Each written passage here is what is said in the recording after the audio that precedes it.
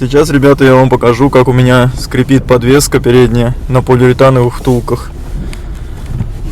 Вернее, как она заскрипела.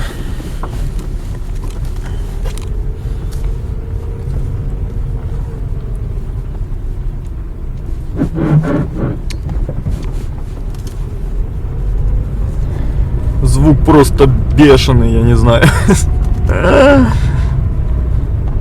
Вот он лежачий.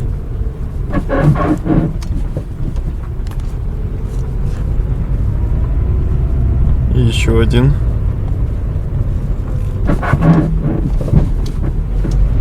Вот такие вот звуки бешено адские.